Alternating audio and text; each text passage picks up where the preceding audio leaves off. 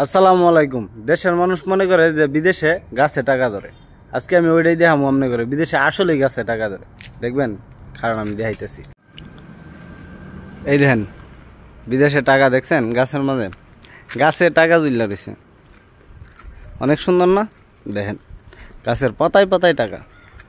এটা আসলে একটা চাইনিজের বাড়ি তো, এরা গাছের মাঝে টাকা করে লাগায়, তারপরে এই টাকা দ্বিগুণ হয়, দ্বিগুণের পরে 4 গুণ হয়। দেখেন, পুরা গাছের মধ্যে টাকা টাকা আর টাকা, সব টাকা ঝুলে দিচ্ছে। দেখছেন, প্রচুর টাকা। বিদেশে যে টাকা ধরে এটাই হলো তার প্রমাণ, দেখাই দিলাম আজকে। কারণ যারা প্রবাসে কাজ করে তারা ওই কাজ করে টাকা বাড়ায় না, তারা ওই গাছের ছিঁড়া ছিঁড়া তারপরে টাকা বাড়ায়। বুঝতে পারছেন? যদি বুঝা থাকেন, আমার সঙ্গে একমত হন, তাহলে লাইক কমেন্ট করে শেয়ার করে একদম জায়গা মতো পৌঁছায় দেন।